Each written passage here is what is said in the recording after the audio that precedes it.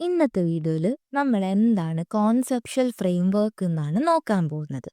So conceptual framework എന്താണെന്ന് നോക്കുന്നതിന് മുന്നേ നമ്മുടെ ഈ സ്കൂളിലില്ലേ, നമ്മുടെ ഈ സ്കൂളിൽ നമ്മുടെ ടീച്ചർമാരും അല്ലെങ്കിൽ സ്കൂളുകാർ പറയുന്നൊരു കാര്യമാണ് യൂണിഫോം കമ്പൽസറി ആണ്, എല്ലാവരും നീറ്റായിട്ട് വരണം, അതേപോലെ തന്നെ ID കാർഡ് ഇടണം, ഇൻ്റർവെല്ലിന് കഴിഞ്ഞ ഉടനെ ക്ലാസ്സിൽ കയറണം.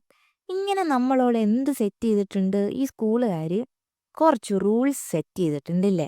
ID കാർഡ് ഇടണം, അതുപോലെ തന്നെ യൂണിഫോം പ്രോപ്പർ ആയിരിക്കണം, ഇഫ് ബോയ്സ് ആണെങ്കിൽ ഇൻഷർട്ട് ചെയ്യണം.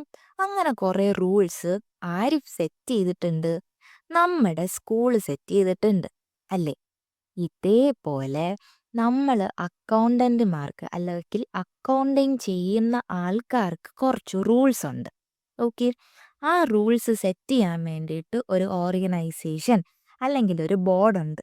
ആ ബോർഡിനെ നമ്മൾ വിളിക്കുന്ന പേരാണ് IASB. IASB എന്ന് പറഞ്ഞു കഴിഞ്ഞാൽ ഇന്റർനാഷണൽ അക്കൗണ്ടിങ് സ്റ്റാൻഡേർഡ്സ് ബോർഡ്. നമ്മൾ എന്തൊക്കെ റൂൾസ് ഒരു അക്കൗണ്ടിങ് ചെയ്യുമ്പോൾ ഫോളോ ചെയ്യണം എന്ന് പറയുന്ന ഒരു ഓർഗനൈസേഷൻ അല്ലെങ്കിൽ ഒരു ബോർഡാണ് IASB. ഈ IASB കൊണ്ടുവന്ന റൂൾസ് ഇങ്ങനെ വേണം, അല്ലെങ്കിൽ ഇന്ന കാര്യങ്ങൾ നോക്കിയിട്ട് വേണം അക്കൗണ്ടിങ് ചെയ്യാൻ എന്ന് സെറ്റ് ചെയ്ത ആ റൂൾസിനെ നമ്മൾ വിളിക്കുന്ന പേരാണ് IFRS, international financial reporting standards. So IASB എന്ന് പറഞ്ഞു കഴിഞ്ഞാൽ ഇന്റർനാഷണൽ അക്കൗണ്ടിങ് സ്റ്റാൻഡേർഡ്സ് ബോർഡാണ്. അതൊരു ബോർഡ് അല്ലെങ്കിൽ ഒരു ഓർഗനൈസേഷൻ ആണ്. IFRS എന്ന് പറഞ്ഞാൽ IASB ക്രിയേറ്റ് ചെയ്ത റൂൾസ് ആണ്, international financial reporting standards. Okay, so ഇനി എന്താണ് കോൺസെപ്ച്വൽ ഫ്രെയിംവർക്ക് എന്ന് നമുക്ക് നോക്കാം. കോൺസെപ്ച്വൽ ഫ്രെയിംവർക്ക് എന്ന് പറഞ്ഞു കഴിഞ്ഞാൽ കോൺസെപ്ച്വൽ ഫ്രെയിംവർക്ക് എന്ന് പറഞ്ഞു കഴിഞ്ഞാൽ നമ്മുടെ IASB ക്രിയേറ്റ് ചെയ്ത ഒരു ഗൈഡാണ്. ഗൈഡ് ഓർ റെഫറൻസ് എന്ന് പറയാൻ പറ്റും. അതാണ് കോൺസെപ്ച്വൽ ഫ്രെയിംവർക്ക്. ഇതെന്തിനാണ് ഉണ്ടാക്കി വച്ചിരിക്കുന്നത്?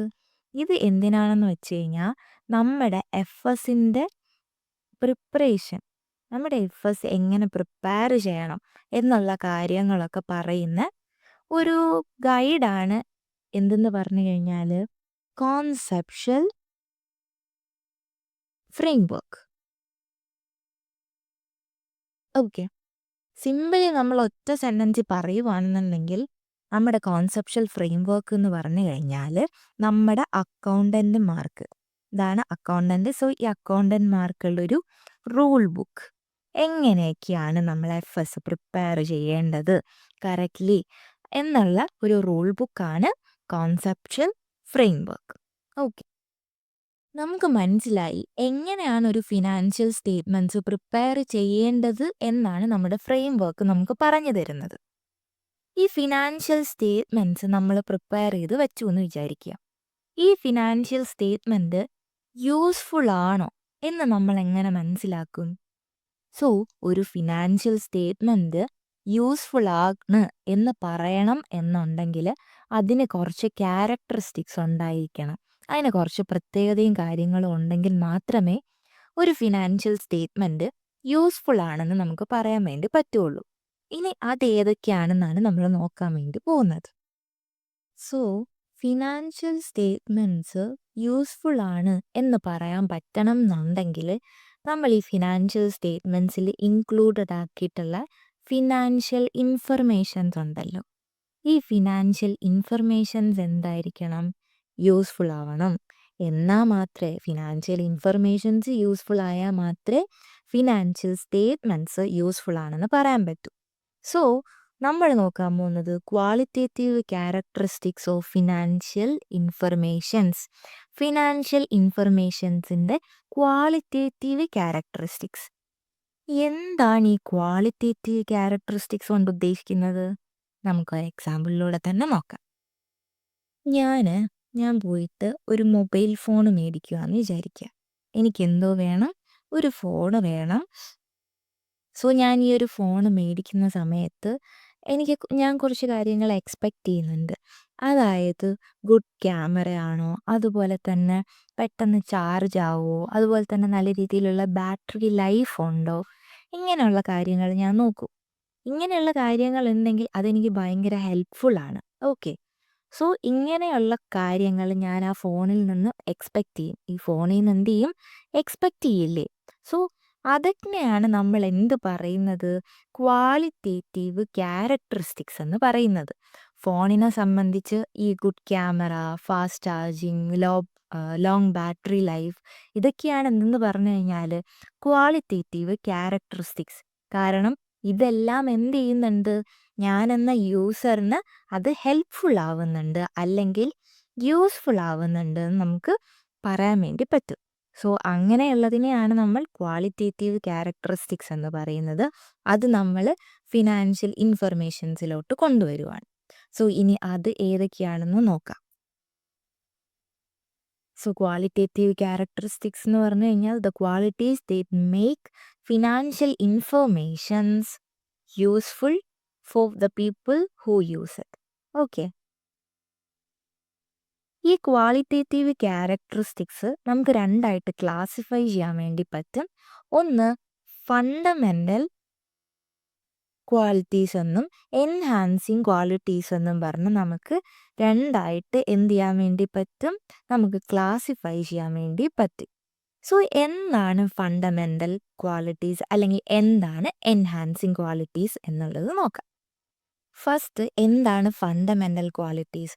വേറൊന്നുമില്ല, the most important qualities. Financial ഇൻഫർമേഷനിൽ നമുക്ക് മോസ്റ്റ് ഇമ്പോർട്ടൻ്റ് ആയിട്ടുള്ള ക്വാളിറ്റീസിനെയാണ് നമ്മൾ ഫണ്ടമെൻ്റൽ ക്വാളിറ്റീസ് എന്ന് വിളിക്കുന്നത്.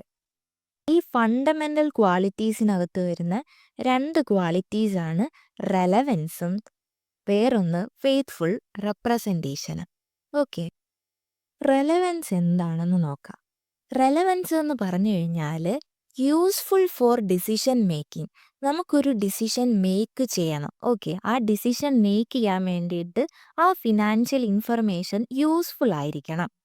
ഫോർ എക്സാമ്പിൾ, ഇപ്പം നിങ്ങളിൽ ആർക്കെങ്കിലും ഒരു കമ്പനിയിൽ ഇൻവെസ്റ്റ് ചെയ്യാൻ താല്പര്യമുണ്ട്. സോ ഇൻവെസ്റ്റ് ചെയ്യുന്നത് നമ്മൾ ഏതിൻ്റെ ബേസിസിലായിരിക്കും? നമ്മൾ ഫിനാൻഷ്യൽ സ്റ്റേറ്റ്മെൻറ്റ്സ് ഒക്കെ നോക്കി, ആ കറണ്ട് ഇയർ ഡേറ്റയൊക്കെ നോക്കി നമ്മുടെ കമ്പനി നല്ല രീതിയിലാണോ പെർഫോം ചെയ്യുന്നത്, കമ്പനിയുടെ പൊസിഷനും കാര്യങ്ങളും ഒക്കെ നോക്കിയിട്ടാണ് നമ്മൾ എന്ത് ചെയ്യുന്നത്? ഡിസിഷൻ മേക്ക് ചെയ്യുന്നത്. ഇഫ് ആ കമ്പനി നിങ്ങൾക്ക് കറണ്ട് ഇയറിലെ ഡേറ്റ, അതായത് ഈ വർഷത്തെ ഡേറ്റ തരുവാണെന്നുണ്ടെങ്കിൽ നിങ്ങൾക്ക് ആ ഡിസിഷൻ മേക്കിങ്ങിന് റെലവൻ്റ് ആണ്. അതായത് ഇപ്പം കമ്പനിയിൽ ഇൻവെസ്റ്റ് ചെയ്യണോ വേണ്ടയോ എന്ന് നിങ്ങൾക്ക് നോക്കാൻ വേണ്ടി പറ്റും. ഈ കമ്പനി നിങ്ങൾക്കൊരു 10 വർഷം മുന്നത്തെ ഫിനാൻഷ്യൽ ഡേറ്റ ആണ് പ്രൊവൈഡ് ചെയ്യുന്നതെന്ന് വിചാരിക്കുക. ഓക്കെ. അങ്ങനെ ഒരു 10 വർഷത്തെ ഫിനാൻഷ്യൽ ഡേറ്റ കൊണ്ട് തന്നിട്ട് നിങ്ങൾക്ക് ഇന്ന് നമ്മുടെ കമ്പനിയിൽ ഇൻവെസ്റ്റ് ചെയ്യണോ വേണ്ടയോ എന്ന് ഡിസിഷൻ എടുക്കാൻ പറ്റുമോ?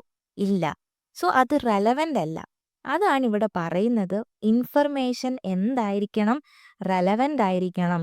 നമ്മുടെ ഡിസിഷൻ മേക്കിങ്ങിന് യൂസ്ഫുൾ ആയിരിക്കണം. അതാണ് റെലവൻസ്. രണ്ടാമത്തെ ഫണ്ടമെൻ്റൽ ക്വാളിറ്റി എന്ന് പറഞ്ഞു കഴിഞ്ഞാൽ ഫെയ്ത്ത്ഫുൾ റെപ്രസെൻറ്റേഷൻ. ഫെയ്ത്ത്ഫുൾ റെപ്രസെൻറ്റേഷൻ വേറൊന്നുമില്ല, ഇൻഫർമേഷൻ ട്രൂ ആൻഡ് കംപ്ലീറ്റ് ആയിരിക്കണം.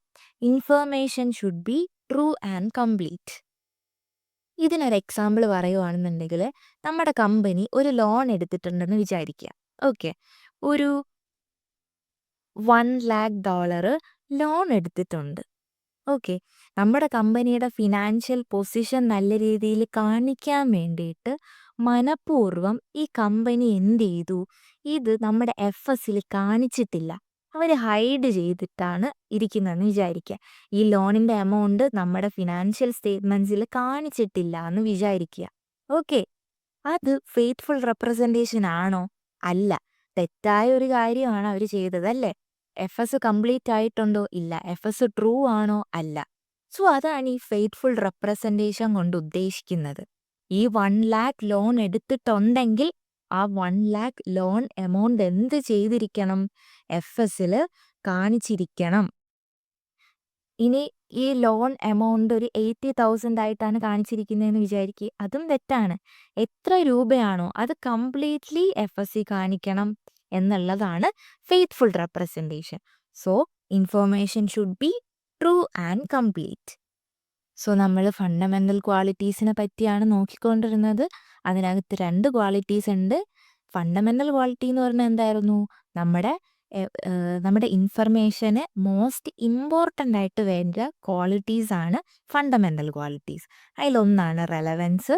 നമ്മുടെ ഡിസിഷൻ മേക്ക് ചെയ്യാൻ വേണ്ടിയിട്ട് ഇൻഫർമേഷൻസ് യൂസ്ഫുൾ ആയിരിക്കണം. രണ്ടാമത്തത് faithful representation. Information true and complete ആയിരിക്കണം.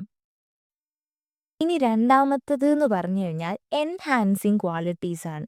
അതായത് നമ്മുടെ ഫിനാൻഷ്യൽ ഇൻഫർമേഷന് വേണ്ട എക്സ്ട്രാ അഡീഷണൽ ആയിട്ട് വേണ്ടിയിട്ടുള്ള ക്വാളിറ്റീസ്. എൻഹാൻസിങ് ക്വാളിറ്റീസിനകത്ത് 4 ക്വാളിറ്റീസാണ് ഉള്ളത്. 1 കമ്പാരബിലിറ്റി, 2 വെരിഫയബിലിറ്റി, 3 ടൈംലിനെസ് ആൻഡ് 4-മത്തത് അണ്ടർസ്റ്റാൻഡബിലിറ്റി. കമ്പാരബിലിറ്റി എന്ന് പറഞ്ഞു കഴിഞ്ഞാൽ അതായത് നമുക്ക് ഈസിലി കമ്പയർ ചെയ്യാൻ പറ്റണം. User should be able to compare a company's performance over time and with other company. ഒരു കമ്പനിക്ക് ആ കമ്പനിയുടെ പെർഫോമൻസ്, അതായത് കഴിഞ്ഞ ഇയറിലെ പെർഫോമൻസും ഈ ഇയറിലെ പെർഫോമൻസും തമ്മിൽ കമ്പയർ ചെയ്യാൻ പറ്റണം. അല്ലെങ്കിൽ എൻ്റെ കോമ്പറ്റീറ്റർ ആയിട്ടുള്ള കമ്പനിയുടെ ഫിനാൻഷ്യൽ സ്റ്റേറ്റ്മെൻറ്റും എൻ്റെ ഫിനാൻഷ്യൽ സ്റ്റേറ്റ്മെൻറ്റും കൂടെ എനിക്ക് കമ്പയർ ചെയ്യാൻ പറ്റണം. അങ്ങനെ കമ്പയർ ചെയ്യാൻ പറ്റുന്ന ആ ഒരു എബിലിറ്റി അല്ലെങ്കിൽ ആ ഒരു ക്വാളിറ്റീനെയാണ് കമ്പാരബിലിറ്റി എന്ന് പറയുന്നത്. ഫോർ എക്സാമ്പിൾ, ഇപ്പം ഒരു ഡെയിലി ഉള്ളൊരു കേസ്, ഒരു ഡെയിലി എക്സാമ്പിൾ വെച്ച് പറയുകയാണെന്നുണ്ടെങ്കിൽ എനിക്ക് കഴിഞ്ഞ മാസം ഇതിപ്പം നവംബർ, കഴിഞ്ഞ മാസം എന്ന് പറഞ്ഞാൽ ഒക്ടോബറിൽ എക്സാമിന് എനിക്കൊരു 100-ന് 80 കിട്ടി. സോ ഇത്തവണ 100-ന് എനിക്ക് 85 കിട്ടിയെന്ന് വിചാരിക്കുക. ഓക്കെ, എനിക്ക് എന്ത് ചെയ്യാൻ പറ്റണം? ഈ 2 മാർക്സ് തമ്മിൽ കമ്പയർ ചെയ്യാൻ പറ്റണം. ഓക്കെ, അതിനെയാണ് നമ്മൾ കമ്പാരബിലിറ്റി എന്ന് സിമ്പിളി പറയുന്നത്. സോ ഇങ്ങനെ കമ്പയർ ചെയ്യാൻ പറ്റണം എന്നുണ്ടെങ്കിൽ എന്ത് ചെയ്യണം? നമ്മളിപ്പം കമ്പനിയുടെ പോയിന്റ് ഓഫ് വ്യൂവിൽ ഞാനൊരു എക്സാമ്പിൾ പറയാം. കമ്പനിയിൽ ഞാൻ കഴിഞ്ഞ ഇയർ ഡിപ്രീസിയേഷൻ കാൽക്കുലേറ്റ് ചെയ്തുകൊണ്ടിരുന്നത് സ്ട്രെയിറ്റ് ലൈൻ മെത്തേഡിലാണെന്ന് വിചാരിക്കുക. ഓക്കെ, ഈ വർഷവും ഡിപ്രീസിയേഷൻ സ്ട്രെയിറ്റ് ലൈൻ മെത്തേഡിൽ തന്നെ ചെയ്താലേ എനിക്ക് എന്ത് ചെയ്യാൻ വേണ്ടി പറ്റുള്ളൂ? ഈ ഡിപ്രീസിയേഷൻ തമ്മിൽ എനിക്ക് കമ്പയർ ചെയ്ത് നോക്കാൻ വേണ്ടി പറ്റുള്ളൂ.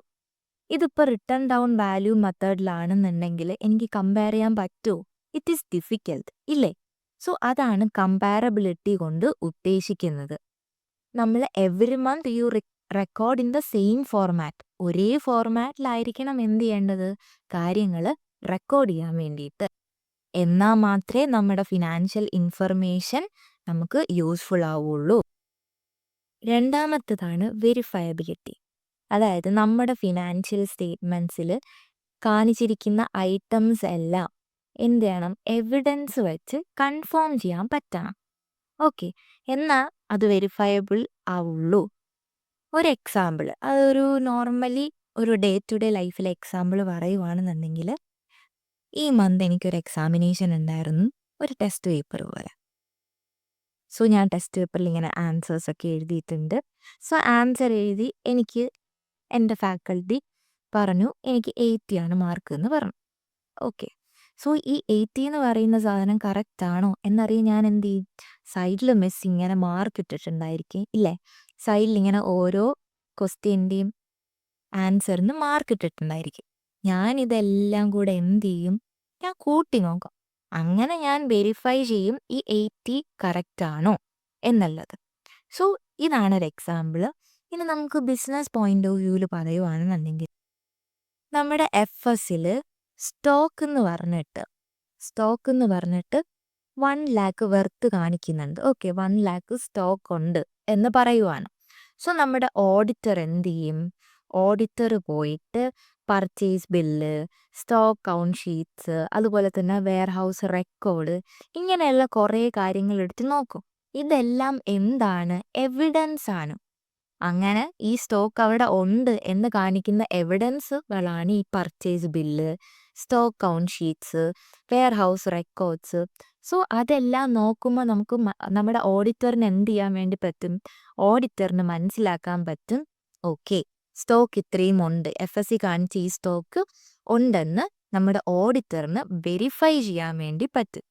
സോ ഇൻഫർമേഷൻ വെരിഫയബിൾ ആയിരിക്കണം. ഓക്കെ, അതാണ് വെരിഫയബിലിറ്റി മീൻസ് ഉദ്ദേശിക്കുന്നത്. The number can be confirmed with evidence. മൂന്നാമത്തത് ടൈംലിനെസ് ആണ്. ഓക്കെ, ടൈംലിനെസ് എന്ന് പറഞ്ഞു കഴിഞ്ഞാൽ ഗിവൻ ഓൺ ടൈം, ഇൻഫർമേഷൻസ് കിട്ടേണ്ട സമയത്ത് കിട്ടണം, അതായത് ഓൺ ടൈം ആയിരിക്കണം. ഒരു റിയൽ ലൈഫ് എക്സാമ്പിൾ പറയുകയാണെന്ന് വിചാരിക്കുക. നമ്മുടെ ഞാനിപ്പോൾ BCom എക്സാം എഴുതാൻ പോവുകയാണ്. സോ എൻ്റെ BCom എക്സാം നാളെ സ്റ്റാർട്ട് ചെയ്യുവാണ്.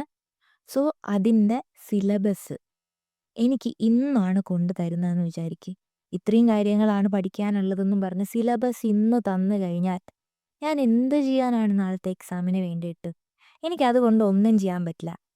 ഇൻ കേസ് അതൊരു 1 month ബിഫോർ എനിക്ക് ആ സിലബസ് കിട്ടിയിരുന്നെങ്കിൽ എനിക്ക് പഠിക്കാൻ പറ്റുമായിരുന്നു, പ്രോപ്പർലി എക്സാം എഴുതാൻ പറ്റുമായിരുന്നു. സോ ഇൻഫർമേഷൻസ് ടൈംലിനെസ് ആയിരിക്കണം, അതായത് നമുക്ക് ആ ആവശ്യമുള്ള സമയത്ത് കിട്ടണം. ഇതിപ്പോൾ ഒരു ബിസിനസ്സിൻ്റെ എക്സാമ്പിൾ വെച്ച് പറയുവാണെന്നുണ്ടെങ്കിൽ, ഒരു business sales report monthly prepare ചെയ്യുന്നതാണെന്ന് വിചാരിക്കുക. എല്ലാ മാസവും 1-ാം തീയതി ഫസ്റ്റ് ഡേ തന്നെ പ്രിപ്പയർ ചെയ്ത് അത് മാനേജറിന് കൊടുക്കും. എന്നാൽ മാത്രമേ മാനേജറിന് എന്ത് ചെയ്യാൻ വേണ്ടി പറ്റുള്ളൂ? പ്രോപ്പറായിട്ട് പ്ലാനിങ്ങും ഡിസിഷൻസും എടുക്കാൻ വേണ്ടി പറ്റുള്ളൂ. സോ ഈ നവംബർ മാസത്തിലെ സെയിൽസ് റിപ്പോർട്ട് കൊണ്ട് അടുത്ത് ജാനുവരി തന്നു കഴിഞ്ഞാൽ മാനേജറിന് എന്തെങ്കിലും പ്ലാൻ ചെയ്യാനോ ഡിസിഷൻസ് എടുക്കാനോ പറ്റുമോ? ഇല്ല. അതാത് ടൈമിൽ ആവശ്യമുള്ള ഇൻഫർമേഷൻസ് ആ ടൈമിൽ തന്നെ കിട്ടണം, അല്ലാതെ പിന്നെ എപ്പോഴേലും കിട്ടിയിട്ട് കാര്യമില്ല, ഇറ്റ് ഈസ് യൂസ്ലെസ്. സോ അതാണ് ടൈംലിനെസ് കൊണ്ട് ഉദ്ദേശിക്കുന്നത്. So financial information given on time, so users can decide. Financial information on time കിട്ടിയാൽ മാത്രമേ സ്റ്റേറ്റ്മെൻറ്റ്സ് യൂസ് ചെയ്യുന്ന ആൾക്കാർക്ക് ഡിസിഷൻ മേക്ക് ചെയ്യാൻ വേണ്ടി പറ്റുള്ളൂ. ലാസ്റ്റ് വൺ എന്ന് പറഞ്ഞു കഴിഞ്ഞാൽ അണ്ടർസ്റ്റാൻഡബിലിറ്റി. നമുക്ക് easy to understand and read ആയിരിക്കണം. അതായത് ഒരു എക്സാമ്പിൾ പറയുവാണെന്നുണ്ടെങ്കിൽ ഞാൻ പറയുവാണ്, അതായത് ഞാനൊരു ടേം യൂസ് ചെയ്യുവാണ്, റിമോഴ്സ്ഫുൾ. ഓക്കെ, റിമോഴ്സ്ഫുൾ എന്ന് പറയുന്ന ഒരു വേർഡ് യൂസ് ചെയ്യുവാണ്. ഇതെല്ലാവർക്കും ഈ വേർഡ് എന്താണെന്ന് അറിയണം എന്നില്ല. ഇതിൻ്റെ അർത്ഥം ആക്ച്വലി സോറി എന്നാണ്. സോ എനിക്ക് ഡയറക്റ്റ്ലി ഇപ്പോൾ ഒരാളോട് സോറി പറയണം എന്നുണ്ടെങ്കിൽ റിമോഴ്സ്ഫുൾ എന്ന് പറഞ്ഞു കഴിഞ്ഞാൽ ആൾക്ക് മനസ്സിലാവും? ഇല്ല. സോറി എന്ന് പറഞ്ഞു കഴിഞ്ഞാൽ കാര്യം പിടികിട്ടി. സോ ഇതേ കണക്ക് നമുക്ക് മനസ്സിലാവുന്ന രീതിക്ക് വേണം ഫിനാൻഷ്യൽ ഇൻഫർമേഷൻസ് നമ്മുടെ FSൽ കാണിക്കേണ്ടത് എന്നാണ് ഈ അണ്ടർസ്റ്റാൻഡബിലിറ്റി കൊണ്ട് ഉദ്ദേശിക്കുന്നത്. So information should be presented in A simple, clear and organised way so that normal users can understand it easily. സാധാരണ ആൾക്കാർക്കും മനസ്സിലാവാത്തക്ക രീതിക്ക് വേണം ഫിനാൻഷ്യൽ സ്റ്റേറ്റ്മെൻറ്റ്സിൽ ഇൻഫോർമേഷൻസ് കാണിക്കാൻ വേണ്ടിയിട്ട്. ഓക്കെ, അതാണ് അണ്ടർസ്റ്റാൻഡബിൾ.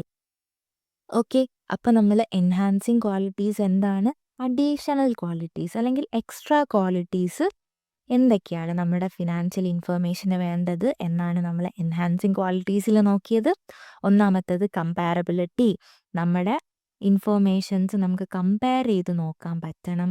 വെരിഫയബിലിറ്റി, എവിഡൻസ് വച്ചിട്ട് ഡേറ്റാസ് നമുക്ക് വെരിഫൈ ചെയ്യാൻ വേണ്ടി പറ്റണം. ടൈംലിനെസ്, ഇൻഫോർമേഷൻസ് ഓൺ ടൈം കിട്ടണം. അണ്ടർസ്റ്റാൻഡബിലിറ്റി, ഈസി ടു അണ്ടർസ്റ്റാൻഡ് ആയിരിക്കണം. ഈ കടികട്ടി വാക്കുകളൊന്നും യൂസ് ചെയ്യാതെ സാധാരണക്കാരനും മനസ്സിലാവുന്ന രീതിക്ക് പ്രസൻറ്റ് ചെയ്യുക. ഇതാണ് എൻഹാൻസിങ് ക്വാളിറ്റീസ് എന്ന് പറഞ്ഞു കഴിഞ്ഞാൽ. സോ നമ്മൾ എന്താണ് qualitative characteristics of financial informations എന്ന് നോക്കി. 2 എണ്ണമാണുള്ളത്, ഫണ്ടമെൻ്റലും അതുപോലെ തന്നെ എൻഹാൻസിങ് ക്വാളിറ്റീസ്. അതിനകത്ത് ഏതൊക്കെ കാര്യങ്ങൾ, എന്തൊക്കെ ക്വാളിറ്റീസ് വേണം എന്നുള്ളത് നോക്കി.